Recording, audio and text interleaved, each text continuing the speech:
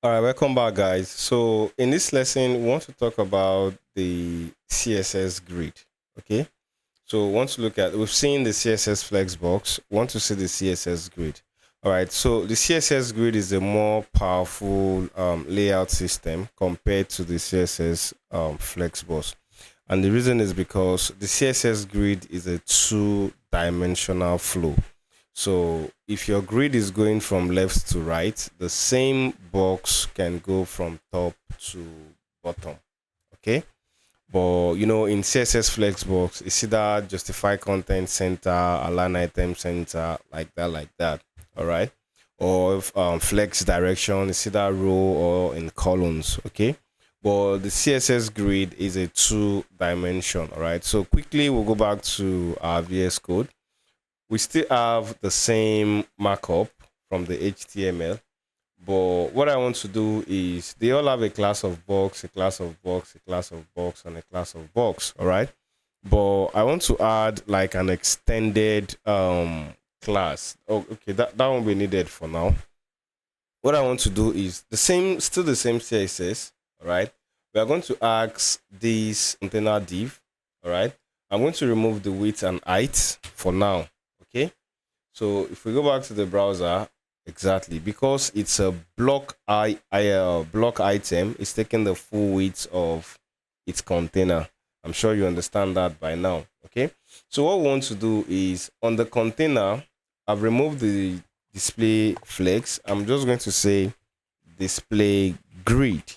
And if I save and go back, not too much difference is going to be noticed. Okay, and the reason is because we need to now tell the browser how we want it to display these items. All right, so I can come down and say grid template columns. Okay, so I can start by saying I want 40% and then 60%.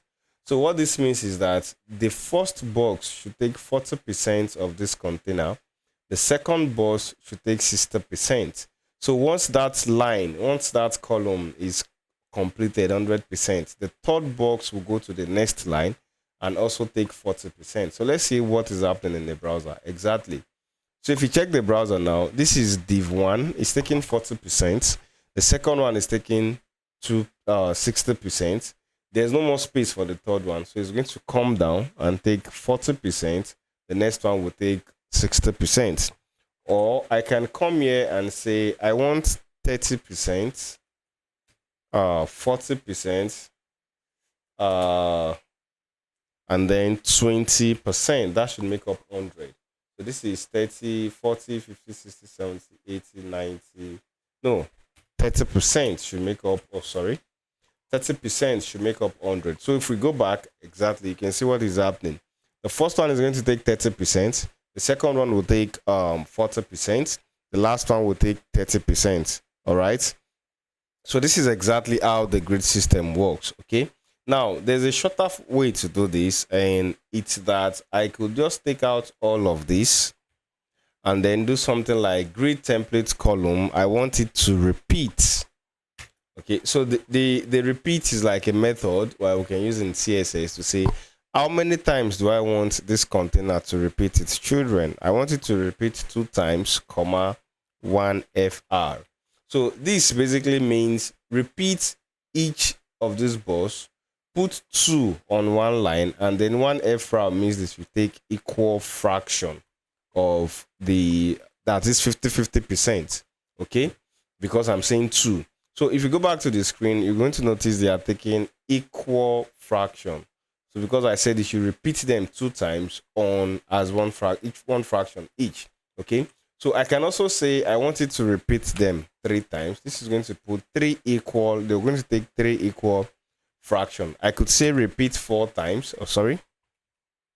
I could say repeat 4 times. They're going to take 4 equal fractions. I could say repeat 5 times. We're going to get a space because they are not up to 5. So the grid system is going to auto align all the elements to fit in that space. And the reason is because we've not given a specific width and height to each of the boxes. All right.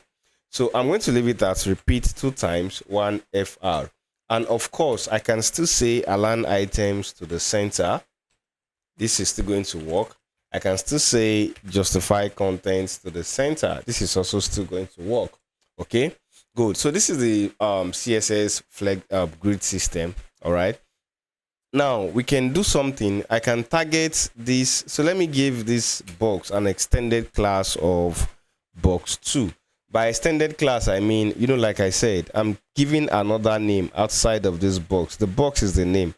I'm giving another name to this box. So I can come here and say inside of my container, I have a class of box 2.